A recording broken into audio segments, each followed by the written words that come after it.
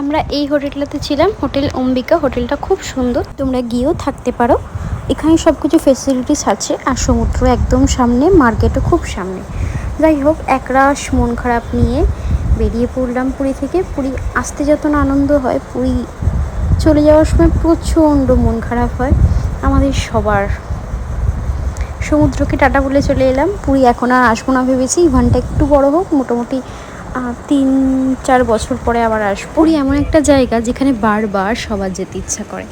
আমরা কয়েকটা যাওয়ার সময় সাইট সিন করবো ভেবেছি। একটা হনুমানজির মন্দির, এখানে আমরা এসে গেছি, এখানে পুজো দেবো। এখানে কিন্তু টিকিট আছে 10 টাকা করে। মন্দিরটা একটু ফাঁকা ফাঁকাই ছিল, আমরা খুব ভালোভাবে পুজো দিতে পেরেছি। জয় বজরং বলা হয় নাকি, এখানে জগন্নাথ দেব হনুমানজিকে আটকে রেখেছিল। তবে মন্দিরটা কিন্তু আমাদের খুব ভালো লেগেছে, আমরা খুব ভালো করে পুজো দিয়েছি।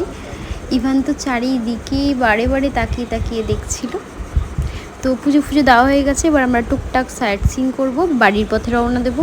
অনেকটা দূর যেতে হবে। আমরা না অনেকক্ষণ ধরেই একটু ফুলের দোকান খুঁজছিলাম, কিন্তু কিছুতেই খুঁজে পাচ্ছিলাম না। মেন রোডে সেরকম পাওয়া যাচ্ছে সুন্দর সুন্দর ফুল ফুটে আছে, মহাদেবের প্রিয় ফুল।